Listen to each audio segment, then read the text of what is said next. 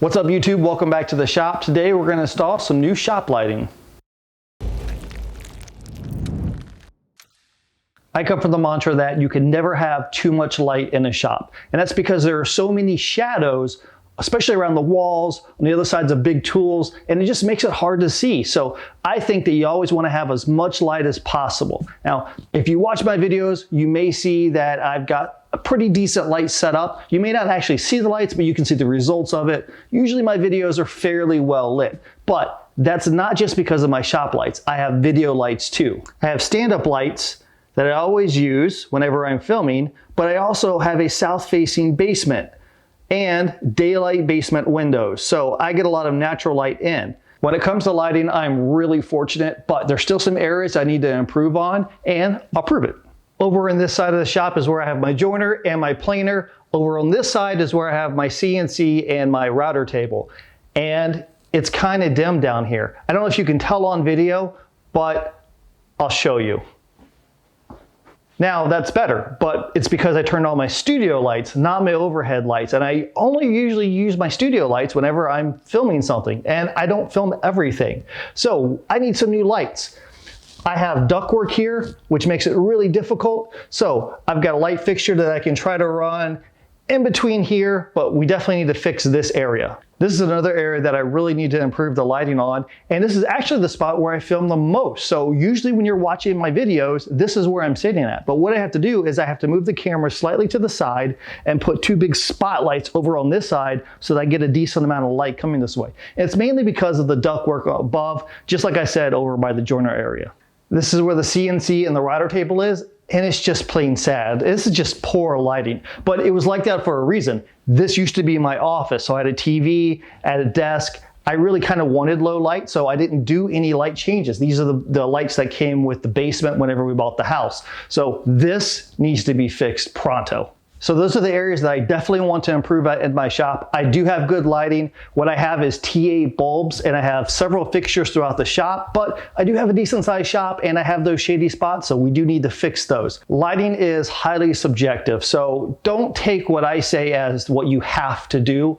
And also, if some other YouTuber put out a video showing something completely different, that's okay too, because it's really up to you and what you want to do. So I'll show you some of the fixtures that I'm going to install, the types of light bulbs I'm going to put in, and why I use those. What I have here is a traditional, really cheap version of a T12 outlet. So if you don't know the bulbs, you have T8, T12. These are basically the long fluorescent bulbs. So these are the ones that I use. They cost, at the time of this recording, about $25 each for a basic light fixture like this, and this is what you would use for fluorescent lights. I do not use fluorescent lights in my shop. I don't want the buzzing, I don't want any sort of warm-up time, and I don't want a high electricity bill. I have my lights down in my shop on all day long because this is where I usually work at all day long.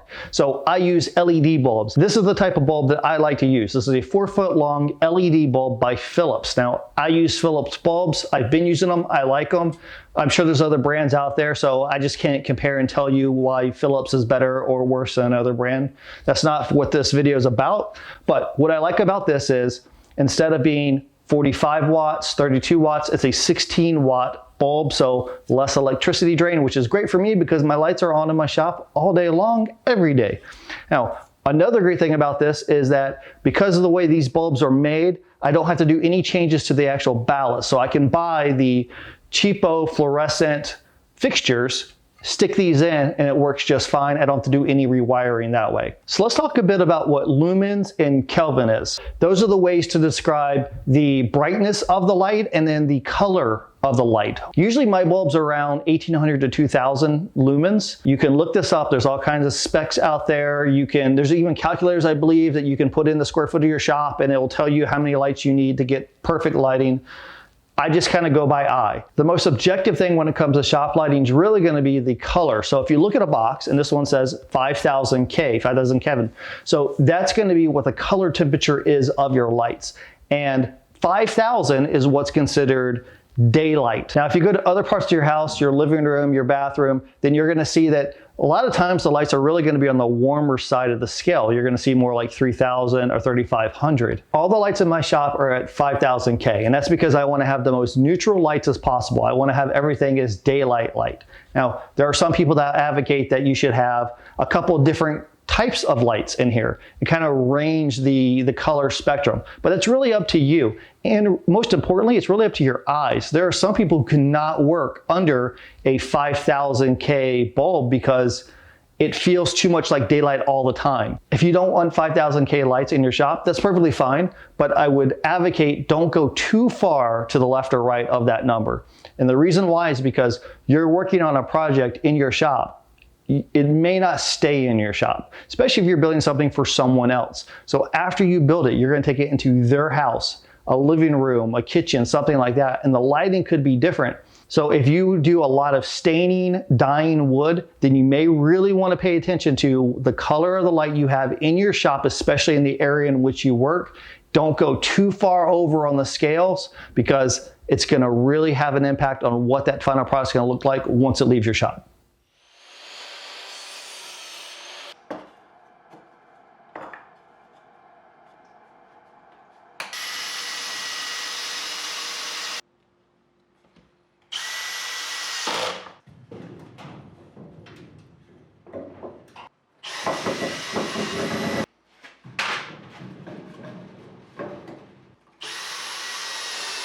Sometimes you got to get creative whenever you're working around ductwork. So a couple ways I could have did this. I could have used LED strip light and stuck them onto the ducts here all the way down. But instead what I did was I got a special fixture. It's a thinner 4-foot long fixture that came with the bulb, unlike the other ones. But I did that because I did like the thin profile, so it fits in between these two ducts. So what I had to do was I had to take a couple 2x4s, build out a frame. Now I can mount my bracket onto those 2x4s, and when the bulb hangs down, it's gonna hang down just past the duct, so I'll get plenty of light through all of this area.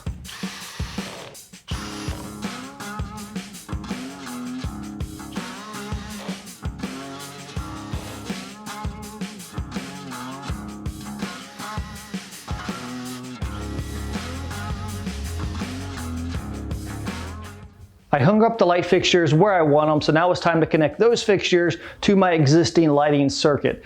Now, I'm not going to show you step by step exactly how to wire up lighting. I am not a certified electrician, and building codes vary from location to location. So if you're not comfortable doing electrical work, please hire a professional.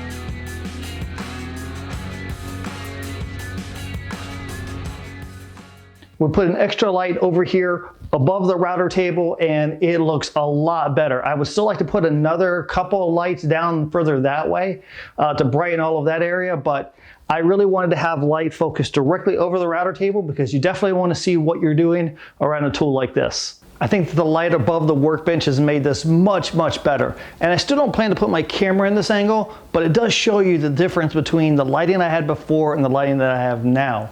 And I hope that it's gonna make filming over here easier, but more importantly, being able to see my projects better. Well, I can tell you that I'm absolutely thrilled with how this looks now. I have so much more light and I'm planning on adding even more later on. So if you're working in a dimly lit shop, put in some more lights. It doesn't take a whole lot of time to do it. I did mine in a day.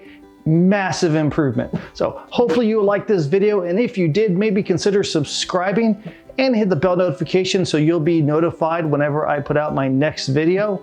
And until we meet again, get in your shop and build something awesome.